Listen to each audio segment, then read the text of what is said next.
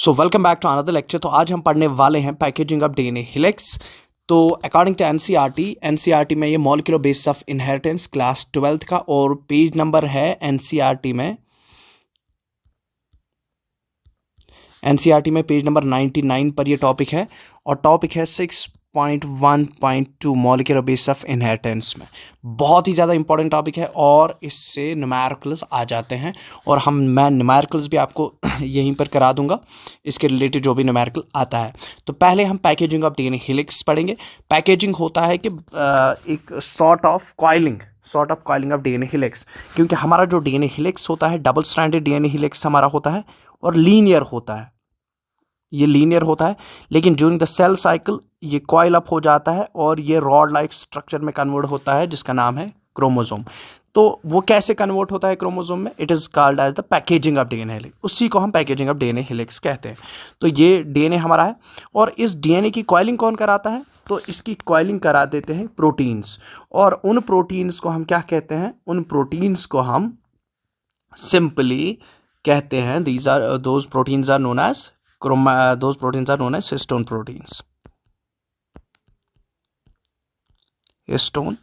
proteins. तो देखो जी, ये हमारा जो डीएनए होता है ये सेल के अंदर किस फॉर्म में होता है? ये सेल के अंदर लूज फॉर्म में होता है in the form of chromatin. ये लूज फॉर्म में ये डीएनए किस फॉर्म में होता है? This is the loose form of DNA that is called chromatin. तो ये क्रोमैटिन फॉर्म है, लूज फॉर्म ऑफ डीएनए। अब इसकी कॉइलिंग, इसको कंपैक्ट कौन बना देता है? हाईली कंपैक्ट फॉर्म इसकी क्रोमोसोम है, और वो क्रोमोसोम दैट मीन्स पैकेजिंग इसकी कौन कराएगा? इनटू द क्रोमोसोम फॉर्म में कौन इसको पहुंचाएगा? Histone proteins. तो histone proteins are important for packaging of the chromatin, packaging of DNA helix, packaging of the DNA into the chromosome, या क्रोमैटिन को क्रोमोसोम में कन्वर्ट करने के लिए हिस्टोन प्रोटीन्स बहुत ही ज़्यादा इंपॉर्टेंट होते हैं। अब हिस्टोन प्रोटीन्स जो होते हैं, हिस्टोन प्रोटीन्स को हम सिंपली क्या लिखेंगे? These are known as coiling proteins. तो शॉर्ट हम लिखेंगे हिस्टोन प्रोटीन्स क्या होते हैं? कॉइलिंग और पैकेजिंग प्रोटीन्स। तो कॉइलिंग प्रोटीन्स होते हैं ये, और ये हिस्टोन प्रोटीन्स दो कैटेगरीज में इनको डिवाइड किया गया है। कौन कौन सी? एक तो होता है रेप्लिकेशन डिपेंडेंट हिस्टोन प्रोटीन्स और दूसरे होते हैं रेप्लिकेशन इंडिपेंडेंट। तो रेप्लिकेशन डिपेंडेंट और रेप्लिकेशन इंडिपेंडेंट हिस्टोन प्रोटीन्स। तो रेप्लिकेशन डिपेंडेंट और रेप्लिकेशन इंडिपेंडेंट क्या होते हैं? ये replication dependent and replication independent histone proteins.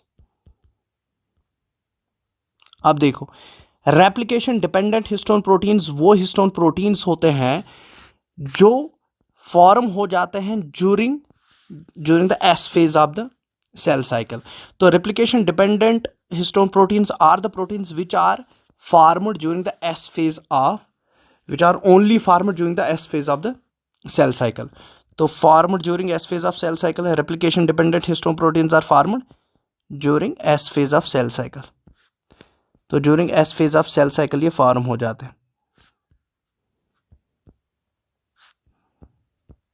तो ये मेन चीज़ होती है कि रेप्लिकेशन डिपेंडेंट, जहाँ पर रेप्लिकेशन हो रही है वहीं पर जो हिस्टोन प्रोटीन्स बनते हैं उनको हम रेप्लिकेशन डिपेंडेंट हिस्टोन प्रोटीन्स कहते हैं। तो ये फॉर्म हो जाते हैं कहाँ पर? During the S phase of the cell cycle, क्योंकि सेल साइकिल में रेप्लिकेशन कहाँ पर होती है? एस फेज में। तो एस फेज में याद आपको रखना है कि एस फेज में, सेल साइकिल के एस फेज में रेप्लिकेशन होती है, और उसी रेप्लिकेशन के दौरान कौन से प्रोटीन्स बनते हैं? Replication dependent histone proteins. अब रेप्लिकेशन डिपेंडेंट हिस्टोन प्रोटीन्स में एग्जाम्पल क्या है? कौन कौन से proteins during the S phase बनते हैं? Replication dependent histone proteins. तो रेप्लिकेशन डिपेंडेंट हिस्टोन प्रोटीन्स में एग्जाम्पल क्या है? तो इसमें एग्जाम्पल है H1, H2A, H2B, H3 and H4। तो ये 4, 1, 2, 3, 4 और 5, ये 5 हिस्टोन प्रोटीन्स कहाँ पर बनते हैं? During the S phase of the cell cycle, that mean during the replication process. Cell cycle के दौरान जो रेप्लिकेशन होती है उस टाइम जो हिस्टोन प्रोटीन्स वहाँ पर बनते हैं उनको हम रेप्लिकेशन डिपेंडेंट प्रोटीन्स कहते हैं। और ये एस फेज के अलावा कहीं पर भी किसी सेल साइकिल के किसी फेज में ये फॉर्म नहीं होंगे, only in the S phase ये फॉर्म हो जाएंगे, इसलिए हम इनको रेप्लिकेशन डिपेंडेंट हिस्टोन प्रोटीन्स कहते हैं। अब उसके बाद है replication independent histone proteins. Replication independent histone proteins कौन से होते हैं? वो histone proteins which are formed in any phase of cell cycle, ठीक है, रेप्लिकेशन इंडिपेंडेंट हिस्टोन प्रोटीन्स। तो replication independent histone proteins are the proteins which are formed any in any cycle in any phase of the cell cycle। तो जो किसी भी phase of cell cycle में form हो जाएंगे उनको हम रेप्लिकेशन इंडिपेंडेंट हिस्टोन प्रोटीन्स कहते हैं। तो formed during any phase of cell cycle, formed during any phase of cell cycle.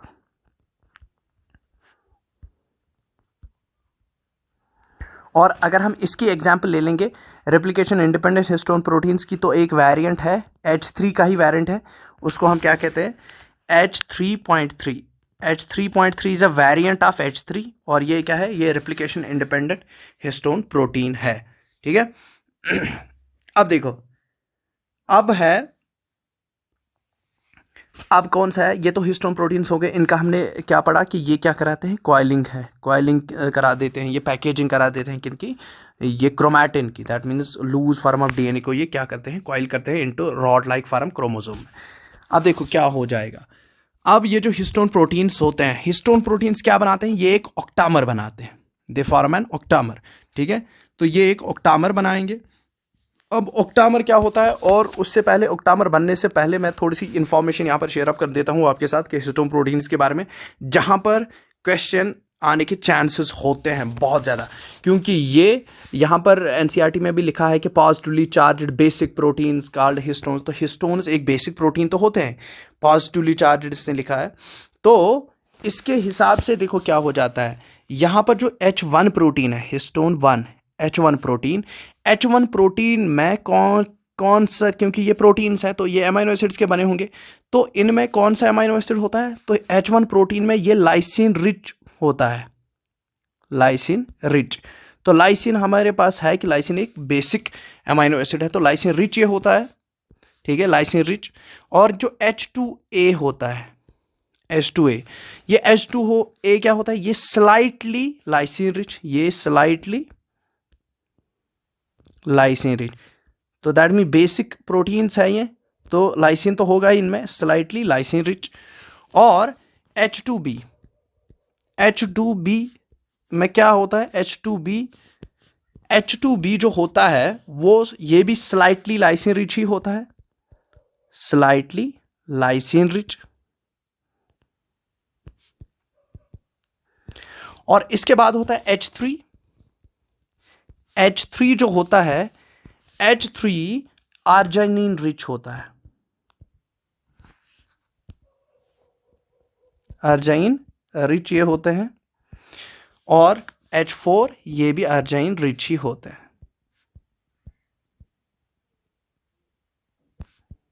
ठीक है, ये कभी आ जाता है। तो ये तो बात होगी इनकी। अब देखो कॉइलिंग के दौरान, ये पैकेजिंग के दौरान क्या करते हैं? तो फर्स्टली ऑक्टामर इज फॉर्मेड। तो पहले क्या बनता है?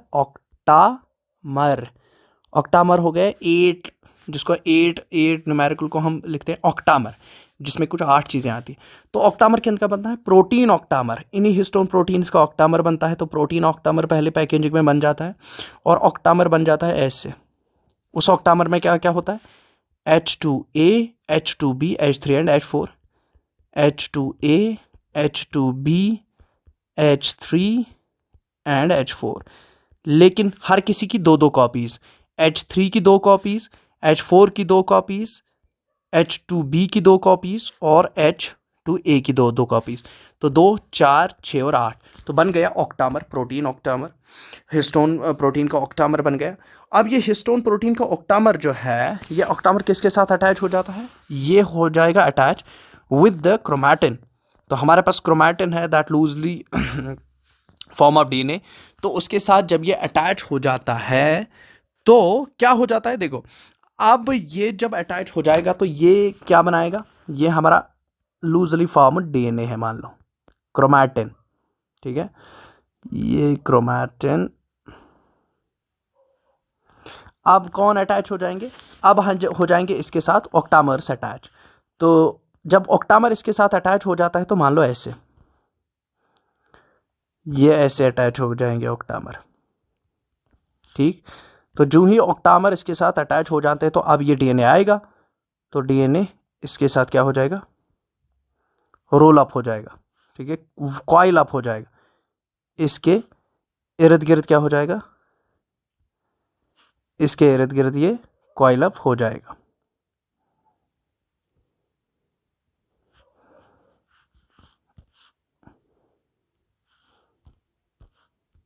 तो ये कॉइलिंग हो रही है, ठीक है। तो कॉइल कौन हो रहा है, ये डीएनए कॉइल हो रहा है। इसके बाद यहां पर एक हिस्टोन ऑक्टामर में रखूंगा, तो इस हिस्टोन ऑक्टामर पे भी क्या है, यही तो डीएनए है जो कॉइल अप हो रहा है।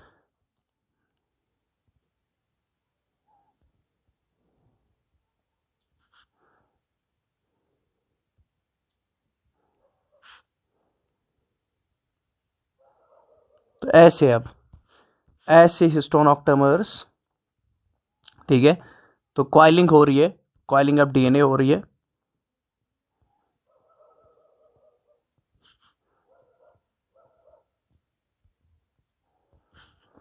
तो ऐसे ही कॉइलिंग हो रही है, किसकी, डीएनए की कॉइलिंग हो रही है, ठीक है। तो ये क्या बन जाते हैं, देखो ये बन जाते हैं हमारे दीज आर नोन एज, इनको हम क्या कहते हैं, ये कॉइलिंग हो गई, डीएनए किसके ऊपर कॉइल हो गया, हिस्टोन ऑक्टामर के ऊपर कॉइल हो गया। तो ये है ऑक्टामर, ठीक, ये ऑक्टामर है और ये है डीएनए। तो डीएनए किसके ऊपर कॉइल अप हो गया, इस ऑक्टामर के ऊपर। तो बन गया यहां पर ये रिंग लाइक स्ट्रक्चर बन गया, इनको हम क्या कहते हैं, न्यूक्लियोसोम्स। तो these are known as nucleosomes.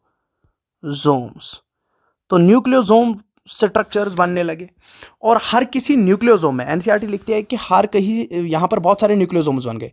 इसको हम न्यूक्लियोसोम मॉडल ही कहते हैं, जो पैकेजिंग ऑफ डीएनए हेलिक्स होती है। तो न्यूक्लियोसोम्स बन गए। न्यूक्लियोसोम क्या होता है, जब ऑक्टामर के अराउंड क्या हो जाता है, कॉइल हो जाता है डीएनए, ठीक है। और हर किसी एक न्यूक्लियोसोम में कितने base pairs of nucleotide base pairs होते हैं, मतलब इस डीएनए के कितने न्यूक्लियोटाइड बेस पेयर्स इसके इर्द गिर्द हो जाते हैं कॉइल अप, 200 बेस पेयर्स। तो यहाँ पर याद रख लेना। तो अगर आपको एक स्ट्रैंड दिया जाएगा जिसकी लेंथ कुछ होगी, आपको उसमें देखना है कि इसमें कितने, फॉर एग्जांपल वहाँ दिया होगा कि इसमें 1000 बेस पेयर्स है, 1000 बेस पेयर्स ऑफ डीएनए है ये, तो इसमें कितने न्यूक्लियोसोम्स बन जाएंगे। तो एक न्यूक्लियोसोम में कितने बेस पेयर्स आ जाते हैं, 200 बेस पेयर्स।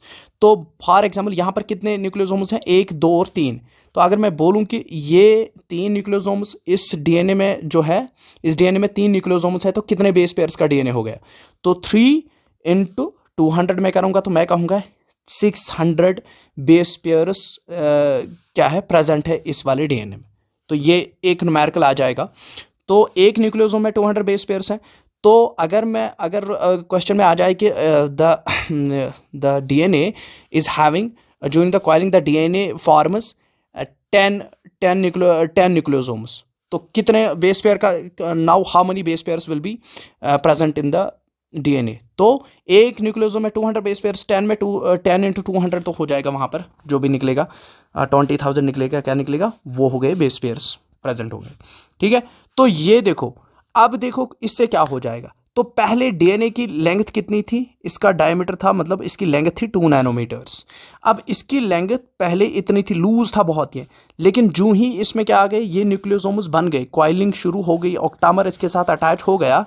तो इस वाली शेप को, इस वाले फॉर्म को हम क्या कहते हैं, इस वाली फॉर्म को हम बीड्स ऑन ए स्ट्रिंग कहते हैं। ये एनसीईआरटी में भी लिखा है beads on a string model. तो ये हो गया beads on a string form, जब ये न्यूक्लियोसोम्स के साथ डीएनए कॉइल हो जाता है न्यूक्लियोसोम्स के साथ। तो इसकी लेंथ कहाँ तक पहुंच जाती है, 11 नैनोमीटर्स। तो देखो कितना ज़्यादा ये छोटा छोटा हो रहा है। पहले ये 2 नैनोमीटर का था, तो नैनोमीटर जितना जितना बड़ा हो जाएगा उतना उतना ये छोटा हो रहा है। तो यहाँ पर 11 नैनोमीटर्स का साइज पहुँच गया। अब इसके बाद क्या हो रहा है, अब इसके बाद ये और ज़्यादा फोल्ड हो जाता है, और ये 30 नैनोमीटर्स का फाइबर बन जाता है। अब 30 नैनोमीटर फाइबर में देखो क्या हालात इसकी होती है। तो ये डीएनए हो जाता है, ठीक।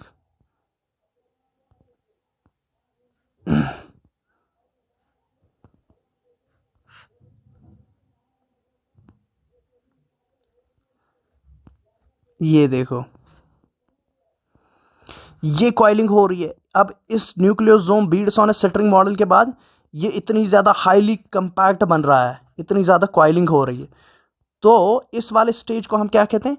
इस वाले स्टेज को हम बेसिकली, इसको हम क्या कहते हैं? इसको हम सिंपली एक 30 नैनोमीटर्स का जो ये बन गया, तो इसको हम प्रोटीन स्कैफोल्ड भी कहते हैं, या इसको हम सोलेनाइड फॉर्म, बेसिकली इसको हम सोलेनाइड फॉर्म कहते हैं।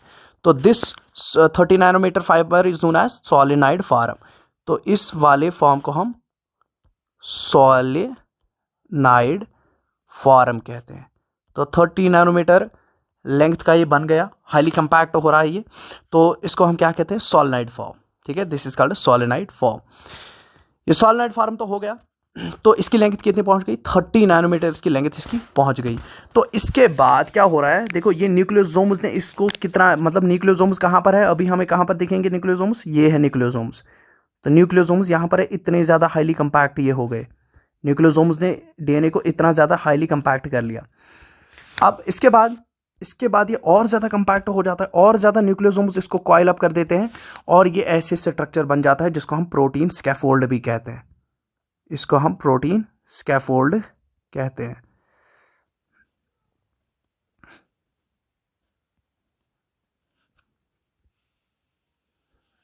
तो ये वाली फॉर्म आ गई। तो ये वाली फॉर्म 300 नैनोमीटर्स की होती है। This form is 300 nanometres. ठीक है, तो इतना ज़्यादा ये मतलब कंपैक्ट हो गया। तो इस वाली फॉर्म को हम क्या कहते हैं? Protein scaffold. Protein scaffold, protein scaffold form. 300 nanometres का जो ये फाइबर है, अब क्या बन गया है? प्रोटीन स्कैफोल्ड फॉर्म इसको हम कहते हैं। अब देखो, इसके बाद लास्ट में ये अब कन्वर्ट हो जाता है किस में? Into the rod like structure known as chromosome. अब ये रॉड लाइक स्ट्रक्चर में हो जाएगा कन्वर्ट।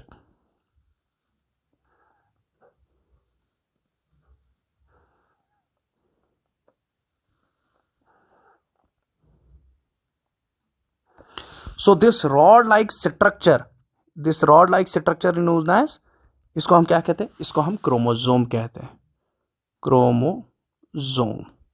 और क्रोमोसोम कितना हाईली कंपैक्ट हुआ होता है? 700 नैनोमीटर्स तक की कंपैक्ट हुआ होता है। तो यहां पर होता है सेंट्रोमियर। ठीक है, दिस इज सेंट्रोमियर। तो highly compact form of the chromosome is chromosome. ये highly compact form of chromatin is chromosome. तो ये होती है पैकेजिंग। ठीक है, तो 1000 फोल्ड शॉर्टर हो गया है। It becomes 1000 fold shorter than original length जो इसकी थी, उससे ये 10,000 गुना, 10,000 फोल्ड शॉर्टर इसकी लेंथ हो गई। ठीक है, 10,000 फोल्ड लेंथ इसकी शॉर्टर हो गई by packaging, by the histone proteins, by the nucleosomes. Clear है इतनी बात? तो ये तो होगी पैकेजिंग ऑफ द डीएनए। तो जब हम क्या करेंगे? अब इस स्ट्रक्चर को, जो ये प्रोटीन स्कैफोल्ड के बाद ये जो क्रोमोसोम बन गया, इस क्रोमोसोम के इस कंडेंस स्टेट को मेंटेन करने के लिए कुछ प्रोटीन्स वहां पर प्रेजेंट होते हैं, जिनको हम कंडेंसन प्रोटीन्स कहते हैं। तो कंडेंसन प्रोटीन्स क्या करते हैं? कंडेंसन प्रोटीन्स, तो कंडेंसन प्रोटीन्स मेंटेन करते हैं द स्ट्रक्चर ऑफ क्रोमोसोम। तो क्रोमोसोम का स्ट्रक्चर कौन मेंटेन करता है? Condensation proteins. They maintain structure of the chromosome. Chromosome का स्ट्रक्चर ये मेंटेन करते हैं। ठीक है और इनको हम कभी एसएमसी प्रोटीन्स भी कहते हैं, structure maintenance of the chromosome. जो प्रोटीन्स कहते हैं उनको हम कंडेंसेंस कर देते हैं। अब देखो, इसके बाद हम थोड़ी बहुत एनसीईआरटी अब थोड़ी यहाँ पर और चेक कर लेते हैं कि एनसीईआरटी में तो हमारा तो पैकेजिंग ऑफ डीएनए हिलेक्स हो गया। अब देखो, एनसीईआरटी के रिगार्डिंग जो क्वेश्चंस बनने वाले हैं, अब इसमें एक क्वेश्चन मैंने यहाँ पर आपको बोल दिया कि अगर दिया गया होगा कि इसमें इतने न्यूक्लियोसोम्स हैं या इतने बेस पेयर का ये डीएनए है, तो उसमें कितने न्यूक्लियोसोम्स प्रेजेंट होंगे। तो अगर फॉर एग्जांपल क्वेश्चन है कि the length of the DNA contains, उसमें लिखा है कि क्वेश्चन होगा DNA contains 2000 base pairs, 2000 base pairs of the 2000 base pairs. इसमें है क्या? DNA contains 2000 base pairs. Now calculate number of calculate number of nucleosomes. तो कितने नंबर ऑफ न्यूक्लियोसोम्स होंगे? अब देखो 2000 बेस पेयर्स है, तो हमें पता है कि one nucleosome contains 200 base pairs. तो हम सिंपली करेंगे 2000 बेस पेयर्स। तो 2000 बेस पेयर्स को क्या करेंगे हम? अगर 200 base pairs 2000 base pairs total है, तो हम एक nucleosome that means 2000 base pairs में हम देखेंगे कि एक न्यूक्लियोसोम के अंदर होते हैं 200 बेस पेयर्स। तो ये कट गए तो 10, ठीक है। तो 2 1 जार 2 0 जार, तो 10 न्यूक्लियोसोम्स। तो 10 हमारा आंसर निकल गया। तो 10 न्यूक्लियोसोम्स, तो इसको हम चेक भी कर सकते हैं। एक न्यूक्लियोसोम में कितने हैं? 200। तो 10 में कितने होंगे? 10 इंटू 200 हो गए 2000, ठीक है। तो ये हो गए 2000 बेस पेयर्स। तो ऐसे क्वेश्चन आ सकता है। या उसने न्यूक्लियोसोम्स दिए होंगे कि the DNA is having during the packaging of the DNA forms the 12 nucleosomes, then calculate the number of base pairs in the DNA. तो ये भी आराम से आपको आएगा। इतनी बात। उसके बाद एक और क्वेश्चन आ सकता है कि देखो क्वेश्चन ऐसे है कि मतलब जो एनसीईआरटी का पहला पैराग्राफ है उसमें लिखा है कि जो डिस्टेंस बिटवीन, हमें पता है कि जो distance between the base pairs होती है किसमें? डबल स्ट्रैंडेड डीएनए में। जो ह्यूमन का डबल स्ट्रैंडेड डीएनए होता है, डीएनए के डबल स्ट्रैंडेड डीएनए में कितनी ये होती है distance between the base pairs? तो मतलब एक बेस पेयर यहाँ है, this is the base pair. अगर यहाँ पर एक बेस पेयर है तो यहाँ पर दूसरी बेस पेयर है, इनके दरमियान कितनी डिस्टेंस है? इनके दरमियान जो राइज बेस पेयर होता है और द डिस्टेंस वो कितनी होती है? 0.34 नैनोमीटर्स। तो 0.34 नैनोमीटर्स का मतलब हो गया 3.4 एंगस्ट्रम्स, ठीक है। इतनी डिस्टेंस होती है। तो इसको हम कहते हैं rise per base pair, rise per base pair. तो राइज पर बेस पेयर इतना होता है। तो क्वेश्चन कैसे आ सकता है? If the length of the DNA doubles in the helix, अगर जो लेंथ है, फॉर एग्जांपल कितनी लेंथ है हमारी टोटल डीएनए की लेंथ कितनी है? मतलब अगर हम मानेंगे जो बेस पेयर्स कितने हो गए? 0.34 नैनोमीटर्स। तो अगर कभी कभार क्या लिखते हैं एनसीईआरटी की, if the length of the DNA double helix in a typical mammalian cell is calculated. अगर हम लेंथ नापेंगे किसकी? डीएनए डबल हेलिक्स की हम लेंथ को नापेंगे, तो वो कैसे कैलकुलेट हम करेंगे? By multiplying the total number of base pairs with the distance between the consecutive base pairs. तो अगर हमें दिया गया है total number of base pairs, तो क्वेश्चन ऐसे आएगा, the total number of base pairs, the total number of base pairs in a DNA is 3000, ठीक है। तो कितने बेस पेयर्स हैं एक डीएनए में? 3000। नाउ कैलकुलेट द टोटल, हमें क्या करना है? Calculate the total length of DNA. तो क्वेश्चन होगा calculate total length of DNA. तो calculate the total length of DNA हम क्या करेंगे? सिंपली हम करेंगे, हमें क्या करना है? अगर हमें लेंथ ऑफ द डीएनए को, DNA of the double helix की हमें नापनी होती है, तो हमें सिंपली करना होता है total number of base pairs with the distance between the two consecutive base pairs. तो distance between two consecutive base pairs क्या है? राइज पर बेस पेयर कितना होता है डबल स्ट्रैंडेड हेलिक्स में? राइज पर बेस पेयर कितना होता है? तो we know that rise per base pair हमारे पास कितना होता है? Rise per base pair is equal to, यहां पर लिखूंगा मैं, rise per base pair, rise per base pair तो कितना होता है? 3.4 एंगस्ट्रम्स, या आप लिख सकते हो 0.34 नैनोमीटर, ठीक है। अब total number of base pairs कितने दिए गए हैं? 3000, ठीक है। तो हम क्या करेंगे? Length, so total length equal to total length of DNA, total length of DNA will be equal to total number of base pairs कितने हैं? 3000 into 3.4, that means rise per base pair. तो इसको मल्टीप्लाई हम करेंगे into 3.4 एंगस्ट्रम्स। तो अगर हमें एंगस्ट्रम्स में लेंथ निकालनी है, मोस्टली एंगस्ट्रम्स में ही लेंथ निकालनी होती है, तो हम 3.4 करेंगे। अगर नैनोमीटर में है तो 0.34। तो जो यहाँ से निकलेगा, जो यहाँ से आंसर निकलेगा, अगर मैं कैलकुलेटर का यूज़ करूँ और इसका आंसर निकालूँ मैं, इसका आंसर कितना आएगा? तो देखो यहाँ पर आंसर आएगा इसका, फॉर एग्जाम्पल इसका आंसर आने वाला है, कितना है ये, 3000 इंटू 3.4, 3000 इंटू 3.4 है। तो हम करेंगे 3000 इंटू 3.4, तो वो हो जाता है 10,200, 10,200 एंगस्ट्रम्स इसकी लेंथ होगी। ठीक, 10,200 इसकी लेंथ होगी। तो अगर 300 बेस पेयर्स है तो इससे हम टोटल लेंथ निकाल सकते हैं एक डबल स्ट्रैंडेड डीएनए की। ठीक है, तो ये ऐसे हो जाता है, तो क्वेश्चन बड़ा ही इजी बन जाता है। तो इसी तरीके से ऐसे क्वेश्चंस बन जाते हैं इस पर। ठीक है, हमें खाली इतना याद रखना है कि बेस पेयर और टोटल लेंथ ऑफ डीएनए हम कैसे निकालेंगे। तो खाली base pairs, total number of base pairs into the rise per base pair को हम मल्टीप्लाई करेंगे तो हमें निकल जाएगा क्या, टोटल लेंथ। या हम नंबर ऑफ टर्न्स भी मालूम कर सकते हैं कि नंबर ऑफ टर्न्स कितनी होंगी। हमें पता है कि एक टर्न कहाँ पर कंप्लीट होती है, एक टर्न 34 जो होता है 34 एंगस्ट्रम्स के बाद कंप्लीट होती है। हिलेक्स पिच क्या होता है, 34 एंगस्ट्रम्स। तो उसके हिसाब से भी हम क्या कर सकते हैं, कैलकुलेट कर सकते हैं। तो इस पर बहुत सारे क्वेश्चंस बनेंगे। तो आगे जो लेक्चर आने वाला है उस पर मैं सारे क्वेश्चंस इसके लगा दूंगा।